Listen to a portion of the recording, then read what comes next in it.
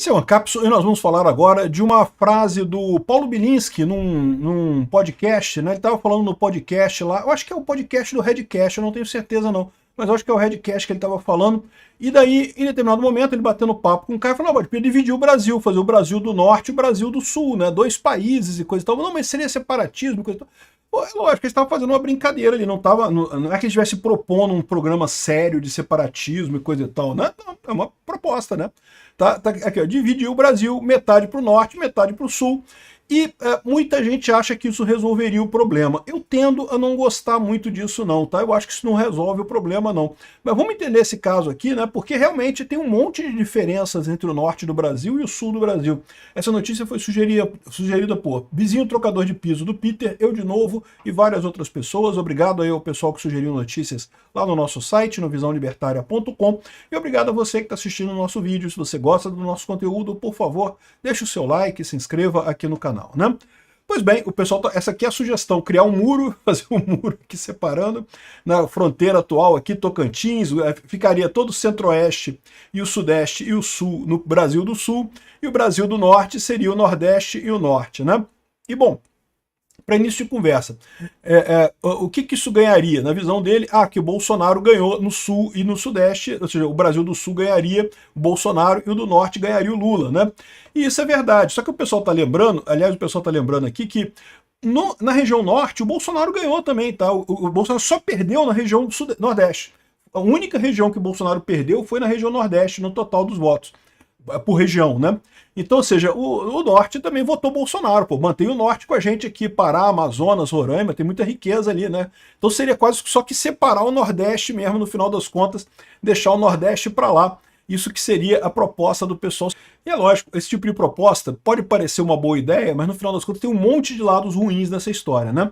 O pessoal aqui da metrópole fica tudo chateado. Não porque é proibido, porque a Constituição fala que não pode ter separatismo e não sei o que lá. A Constituição fala, mas então, ele está dando a ideia, pô. Ninguém está fazendo um projeto de lei para fazer isso, não, né? Está dando a ideia, está conversando. Seria uma maneira de resolver o problema, né? Então, esse negócio de dizer que não quer separatismo. E outra coisa importante, tá? O separatismo que é proibido na Constituição é separatismo armado, ou seja, você realmente fazer uma revolução para separar o Brasil. Propor separação, isso não é proibido de forma alguma, né? Enfim, mas esse é o primeiro obstáculo, que é o chamado obstáculo formal, né? Você tem uma maneira de chegar nisso daí. A verdade é que não tem. Por outro lado, você pode lembrar o seguinte, né? Nenhum país, ou praticamente nenhum país, prevê a separação de pedaços do país.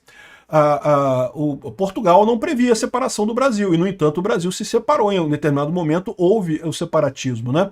É a coisa mais curiosa isso, todo país proíbe o separatismo, mas todo país, ou muitos países em algum momento participaram de uma separação, foram separados, tiveram uma cisão ali. Então, assim, é coisas que, apesar de serem proibidas, acontecem, né? Então, o Uruguai, em tese, era parte do território brasileiro. O Brasil já tinha uma constituição que proibia separatismo. E, no entanto, o Uruguai se separou do Brasil. Hoje em dia, o Uruguai é um país independente do Brasil. Então, essas coisas podem acontecer. Você pode dizer que, não, mas é proibido, tá, mas pode ser que aconteça, né?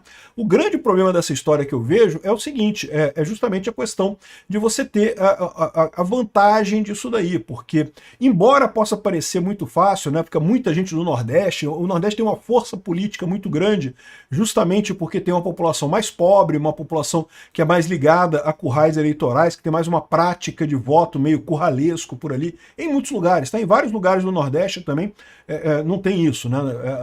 O pessoal vota com consciência. Mas no interior do Nordeste você tem muito esse tipo de coisa. Você pode achar que isso resolve alguma coisa, mas não resolve, porque na verdade você tem essa mesma visão também em muitos lugares de Minas Gerais, do Centro-Oeste também, ou seja, essas coisas só transfere a briga para outro ponto, não resolve o problema. Transfere o problema para outro lugar no final das contas, né?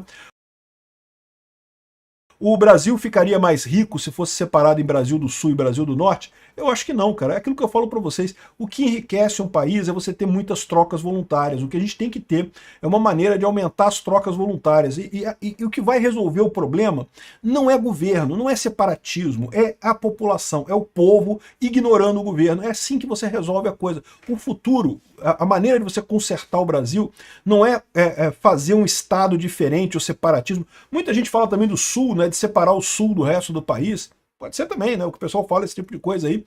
E muita gente no Sul tem essa ideia, ou até separar outros estados. Aqui tem várias ideias separatistas por aí, mas o problema é que isso não resolve. Não é um estado novo que resolve o problema. O que resolve o problema é a população ignorando o estado. É aí que a gente tem que ir. Esse é o caminho para o Brasil ter a prosperidade. As pessoas têm soluções tecnológicas, soluções que independam do estado para resolver os problemas delas, e o estado a gente ignora, como ignora o PCC, o Comando Vermelho, sempre que pode, né? Quando eles apontam a arma para a gente entrega o dinheiro, fazer o quê?